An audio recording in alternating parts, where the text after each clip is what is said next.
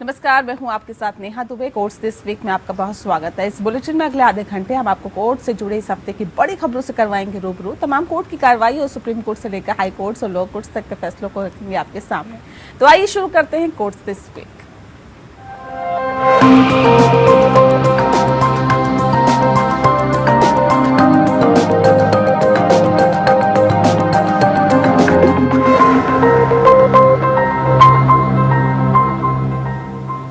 पूर्व प्रधानमंत्री राजीव गांधी की हत्या के दोषियों में से एक एजी पेरारी वलन को सुप्रीम कोर्ट ने रिहा करने का आदेश दिया है। दरअसल सुप्रीम कोर्ट ने मामले में उम्र कैद की सजा काट रहे पेरारी वलन की समय पूर्व रिहाई की मांग करने वाली याचिका पर अपना फैसला सुरक्षित रखा हुआ था। कोर्ट का फैसला आने के बाद नलिनी श्रीहरन मुरुगन, एक श्रीलंकाई नागरिक सहित मामले में अन्य 6 दोषियों की रिहाई की उम्मीद भी जग गई है।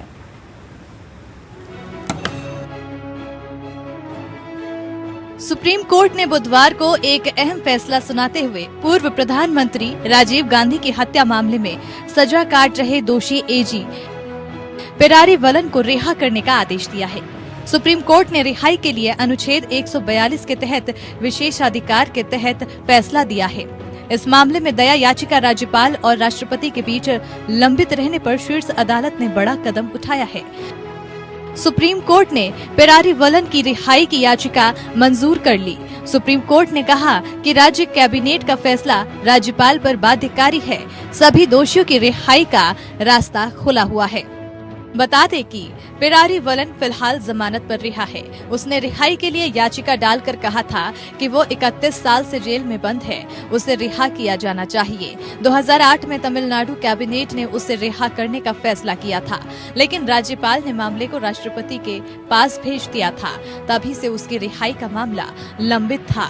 We welcome the decision of the Supreme Court to release Perari Valan, who has been languishing in the jail, wanting for justice for more than 3 decades. This judgment is also a blot on the face of the Tamil Nadu governor, who has been sitting on the cabinet decision to release all those who have been arraigned as convicts in the Rajiv Gandhi murder case. इस मामले में सुनवाई के दौरान supreme court ने बार बार सवाल उठाए थे।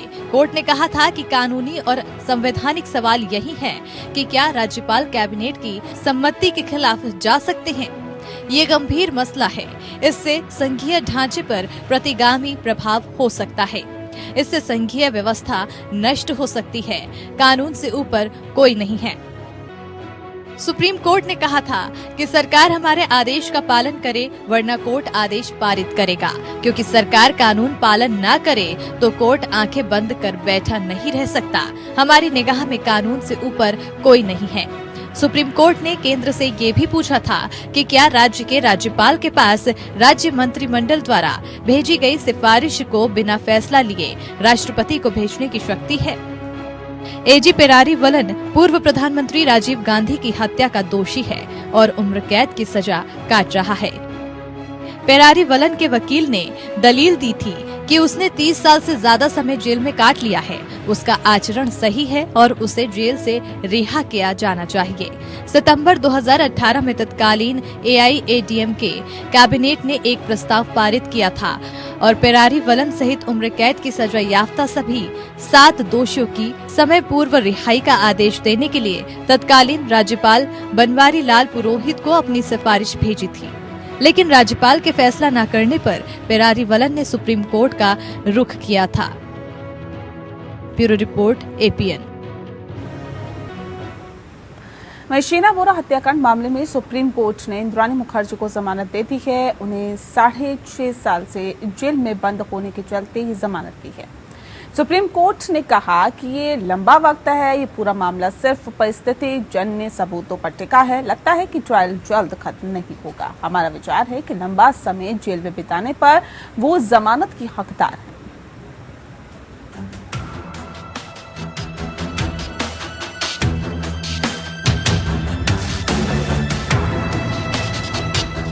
सुप्रीम कोर्ट ने बुधवार को इंद्राणी मुखर्जी को जमानत दे दी। वो 7 साल से मुंबई की जेल में बंद है। इंद्राणी मुखर्जी अपनी ही बेटी शीना बोरा हत्याकांड की मुख्य आरोपी हैं। शीर्ष कोर्ट ने 6 साल से अधिक समय जेल में रहने के आधार पर जमानत का आदेश दिया है। इंद्राणी ने दलील दी थी कि उसका मुकदमा 6 साल से भी ज्यादा समय से चल रहा है।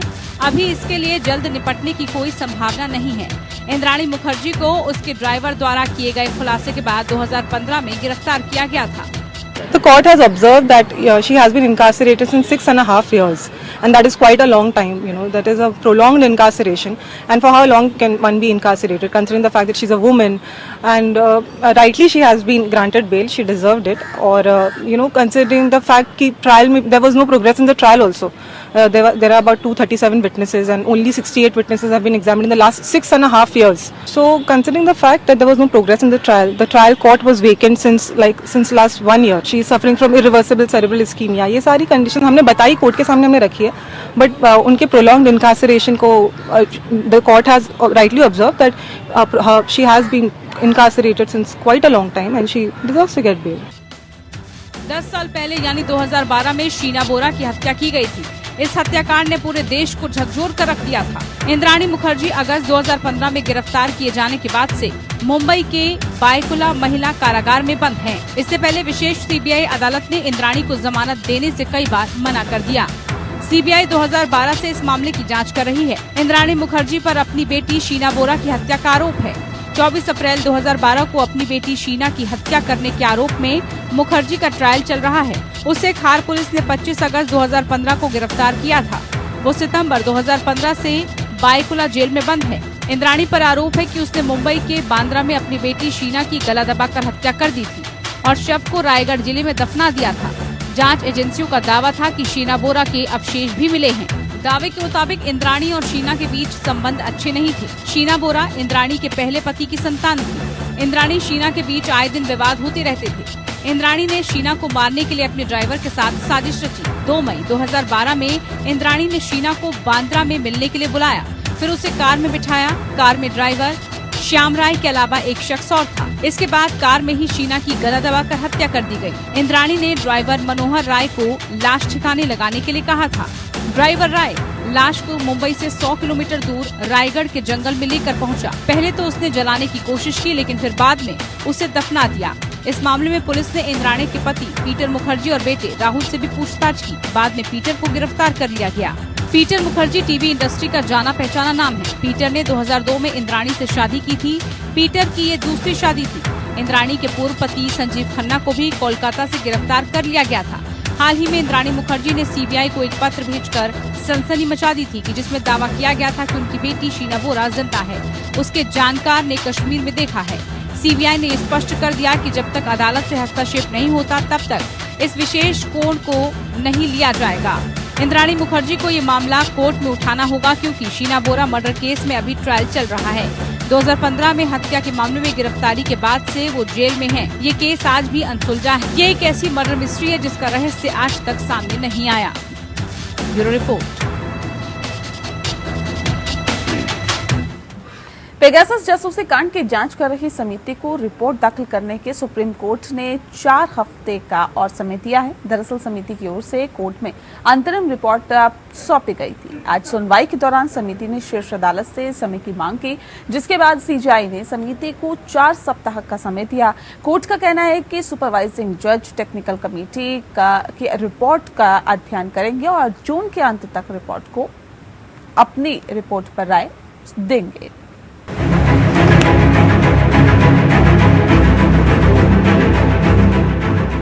सुप्रीम कोर्ट द्वारा नियुक्त तकनीकी समिति ने पेगासस जासूसी मामले की जांच रिपोर्ट जमा करने के लिए शुक्रवार को शीर्ष अदालत से और समय मांगा है। सुप्रीम कोर्ट के पूर्व जज जस्टिस आर.वी. रविंद्रन की अध्यक्षता में 3 सदस्यीय तकनीकी कमेटी की रिपोर्ट में कहा गया है कि जांच कर रही तकनीकी समिति की सिफारिशों की जांच के लिए कम से कम 15 दिनों की आवश्यकता होगी। इसके बाद जांच रिपोर्ट दाखिल की जा सकेगी। पेगासस मामले पर chief justice NV Ramana, justice Suryakant और जस्टिस हिमा कोहली की बेंच में सुनवाई हुई। सुनवाई शुरू हुई तो सीजेआई ने टेक्निकल कमेटी की रिपोर्ट के बारे में बताते हुए कहा कि कमेटी ने कई टेक्निकल मुद्दों पर जांच की है। इस दौरान 29 उपकरणों और कुछ गवाहों की जांच पड़ताल और पूछताछ की बात भी कही गई। सीजेआई ने समिति की मांग के अनुसार समय बढ़ाते हुए तकनीकी समिति में तेजी लाने को कहा है। सीजेआई ने टेक्निकल कमेटी की रिपोर्ट के बारे में बताते हुए कहा कि कमेटी ने कई टेक्निकल मुद्दों पर जांच की है। जांच पड़ताल के दौरान कमेटी ने 29 उपकरणों की जांच और कुछ गवाहों से पूछताछ भी की है।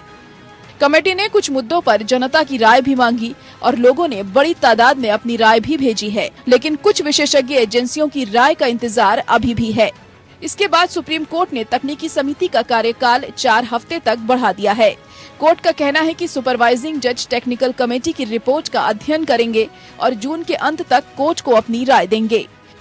समिति ने सुप्रीम कोर्ट को जो रिपोर्ट सौंपी थी वह अंतरिम थी। इस रिपोर्ट में कुछ अन्य बिंदुओं का विश्लेषण किया जाना बाकी है। दरअसल समिति ने 18 अप्रैल को सभी राज्यों के पुलिस प्रमुखों को पत्र लिखकर पूछा था कि क्या उन्होंने इजराइल का पेगासस स्पाईवेयर खरीदा था।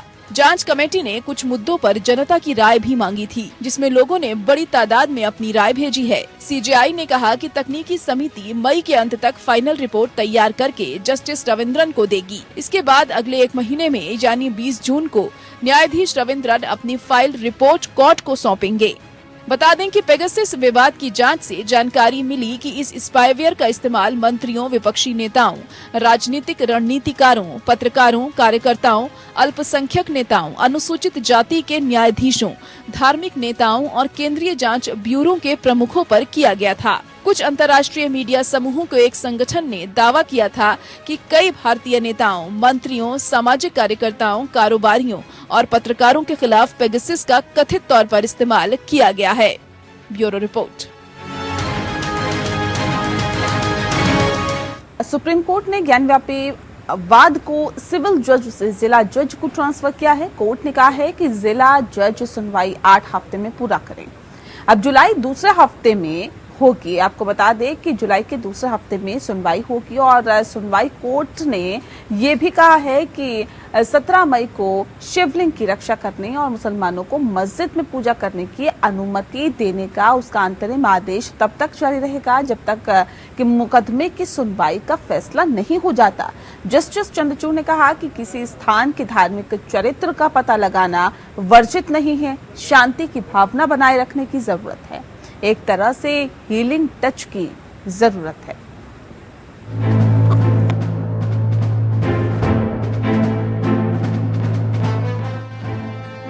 ज्ञानवापी मसले पर सुप्रीम कोर्ट में सुनवाई हुई। सभी पक्षों को सुनने के बाद कोर्ट ने जिला जज के पास मामले को सुनवाई के लिए भेजा है। सुप्रीम कोर्ट का 17 मई का अंतरिम आदेश जारी रहेगा। कोर्ट ने निचली अदालत को ऑर्डर 7 रूल 11 मामले की सुनवाई 8 हफ्ते में पूरा करने को कहा है। अब जुलाई के दूसरे महीने में सुनवाई होगी। देखिए 7-11 की एप्लीकेशन होती है। जो मुस्लिम पक्ष का ये कहना था कि जो हमने सूट फाइल किया है वो मेंटेनेबल नहीं है, वो सूट चल नहीं सकता है। उसके लिए उन्होंने 7-11 की एप्लीकेशन डाली थी, मतलब इसको इमीडिएटली रिजेक्ट किया जाए। तो कोर्ट ने कहा है कि डिस्ट्रिक्ट जज वाराणसी उसको कंसिडर करेगा और जो बाकी चीजें हैं वो भी कंसिडर की जाएंगी। और ये ही 7-11 का मतलब है मेंटेनेबिलिटी ऑफ द सूट का। देखिए सुप्रीम कोर्ट ने ये कहा है कि जो उनकी एप्लीकेशन है वो डिसाइड की जाएगी। अब उनकी एप्लीकेशन माननीय डिस्ट्रिक्ट जज साहब डिसाइड करेंगे और जो इंटरिम अरेंजमेंट है वो कंटिन्यू करेगा सुप्रीम कोर्ट के ऑर्डर का 17 मई का, जिससे वो एरिया जहाँ पे शिवलिंग मिला था वो सील किया गया है। ऑर्डर 7 के नियम 11 के बारे में जस्टिस चंद्रचूड़ ने बताते हुए कहा है कि ऐसे मामलों में जिला न्यायाधीश को ही सुनना चाहिए। जस्टिस चंद्रचूड़ ने 3 सुझाव दिए। पहला, ऑर्डर 7 रूल 11 पर निचली अदालत में चैलेंज किए गए मामले पर सुनवाई हो। दूसरा सुझाव था कि अंतरिम आदेश जारी हो। तीसरा सुझाव था जिला जज मामले की सुनवाई करे। जस्टिस चंद्रचूड़ ने कहा कि किसी भी स्थान के धार्मिक चरित्र का पता लगाना वर्जित नहीं है। आयोग की रिपोर्ट लीक होने पर सुप्रीम कोर्ट ने नाराजगी जताई। कोर्ट ने कहा कि आयोग की रिपोर्ट लीक नहीं होनी चाहिए और केवल न्यायाधीश के समक्ष पेश की जानी चाहिए। कोर्ट ने सुनवाई के दौरान कहा कि मीडिया में लीक बंद होनी चाहिए। जस्टिस चंद्रचूड़ ने कहा कि समाज के विभिन्न समुदायों के बीच भाईचारा और शांति हमारे लिए सबसे ऊपर है। हमारा अंतरिम आदेश जारी रह सकता है, इससे सब और शांति बनी रहेगी। पहले ट्रायल कोर्ट को मुस्लिम पक्ष की अपील, दलील और 1991 के उपासना स्थल कानून के उल्लंघन की अर्जी पर सुनवाई करने दें। सुप्रीम कोर्ट ने कहा है कि हम ट्रायल कोर्ट को चलने से नहीं रोक सकते। शांति बनाए रखने के लिए संविधान में एक ढांचा बनाया गया है। जस्टिस चंद्रचूड़ ने कहा कि निचली अदालत को निर्देश देने के बजाय हमें संतुलन बनाना चाहिए। हमें जमीन पर संतुलन और शांति की भावना बनाए रखने की जरूरत है। एक तरह से हीलिंग टच की जरूरत है। हम देश में संतुलन की भावना को बनाए रखने के लिए एक संयुक्त मिशन पर है। सुनवाई के दौरान मुस्लिम पक्ष के वकील अहमदी ने कहा कि मस्जिद में हमें वजू करने की अनुमति नहीं है। पूरे इलाके को सील कर दिया गया है, वहाँ वजू किया जाता है। इस पर जस्टिस चंद्रचूड़ ने कहा कि हम जिलाधिकारी से वैकल्पिक इंतजाम करने को कहेंगे। वहीं सॉलिसिटर जनरल ने कहा कि इसके लिए भी इंतजाम किए गए हैं। सुप्रीम कोर्ट ने कहा है कि हम ट्रायल कोर्ट को चलने से नहीं रोक सकते। शांति बनाए रखने के लिए संविधान में एक ढांचा बनाया गया है। जस्टिस चंद्रचूड़ ने कहा कि निचली अदालत को निर्देश देने के बजाय हमें संतुलन बनाना चाहिए। Bureau report. समाजवादी पार्टी के नेता और पूर्व मंत्री आजम खान को सुप्रीम कोर्ट से अंतरिम जमानत मिल गई है। गुरुवार को अपना फैसला सुनाते हुए सुप्रीम कोर्ट ने कहा कि आजम खान की जमानत की शर्तें ट्रायल कोर्ट तय करेगा और सामान्य जमानत के लिए आजम को समुचित और सक्षम अदालत में 2 हफ्ते के भीतर अर्जी लगानी होगी। सुप्रीम कोर्ट ने समाजवादी पार्टी के नेता आजम खान को राहत दी है। आजम खान को जालसाजी मामले में अंतरिम जमानत दे दी गई है। उन्हें 2 सप्ताह के भीतर सक्षम अदालत के समक्ष नियमित जमानत के लिए आवेदन दाखिल करने का निर्देश दिया है।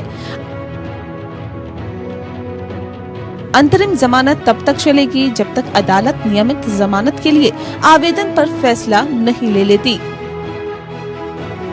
अगर अदालत का फैसला नियमित जमानत देने के खिलाफ आता है तो अंतरिम जमानत और 2 सप्ताह के लिए जारी रहेगी। Justice L Nageswara Rao, justice BR Gavai और जस्टिस AS बोपन्ना की पीठ ने संविधान के अनुच्छेद 142 के तहत विशेष शक्तियों को लागू करते हुए आदेश पारित किया है। जस्टिस गवाई ने कहा है, यह अनुच्छेद 142 के तहत शक्तियों का प्रयोग करने के लिए एक उपयुक्त मामला है। आजम खान द्वारा दायर रिट याचिका में जमानत देने की प्रार्थना के साथ ही IPC की धारा 420 और 120B के तहत दर्ज कार्रवाई को रद्द करने की मांग की गई थी। याचिका में सुप्रीम कोर्ट से भविष्य में खान को गिरफ्तार करने से पहले उससे संपर्क करने के लिए यूपी राज्य को निर्देश जारी करने की भी गुहार लगाई गई थी। हालांकि पीठ ने रिट याचिका में अन्य राहतों पर विचार नहीं किया है। कई मौकों पर बेंच ने इलाहाबाद हाई कोर्ट द्वारा एक अन्य मामले में उनकी जमानत अर्जी के निपटारे में अत्यधिक देरी पर नाराजगी व्यक्त की थी। 6 मई 2022 को कोर्ट ने मौखिक रूप से उच्च न्यायालय को आदेश पारित करने का अल्टीमेटम दिया था। इसके बाद हाई कोर्ट ने खान को जमानत दे दी, लेकिन उन्हें रिहा नहीं किया गया। एक अन्य मामले में उनकी न्यायिक हिरासत 19 मई 2022 तक प्राप्त की गई है। शीर्ष अदालत ने संयोग पर चिंता व्यक्त की थी कि जैसे ही समाजवादी पार्टी के विधायक आजम खान को जमानत मिलती है, उनके खिलाफ एक नया मामला दर्ज कर दिया जाता है। वर्तमान प्राथमिकी रामपुर पब्लिक स्कूल, जौहर यूनिवर्सिटी रोड और तोपखाना के संबंध में अवैध भूमि हथियाने और जालसाजी के आरोपों से संबंधित है। 2019 के लोकसभा चुनाव के समय आजम खान के खिलाफ लगभग 81 मामले दर्ज किए गए थे। इलाहाबाद हाई कोर्ट ने दिनांक 4 दिसंबर 2021 को उस मामले में खान की जमानत याचिका पर आदेश सुरक्षित रख लिया था, लेकिन खान को अपनी जमानत याचिकाओं के शीघ्र निपटान के लिए संबंधित अदालत से संपर्क करने की स्वतंत्रता दी थी। Bureau report. 34 साल पुराने रोड रेस के केस में पंजाब कांग्रेस के पूर्व अध्यक्ष नवजोत सिंह सिद्धू को सुप्रीम कोर्ट ने 1 साल की सख्त सजा सुनाई है। सिद्धू के हमले में एक बुजुर्ग की मौत हो गई थी और कोर्ट ने 4 साल पहले दिए अपने फैसले को ही बदल दिया। दरअसल तब उन्हें 1000 रुपए के जुर्माने पर छोड़ दिया गया था।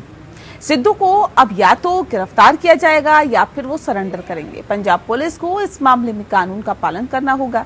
सुप्रीम कोर्ट ने सिद्धू को सरेंडर या गिरफ्तारी पर रोक के लिए कोई राहत नहीं दी है। सिद्धू के खिलाफ रोड रेस का मामला साल 1988 का है।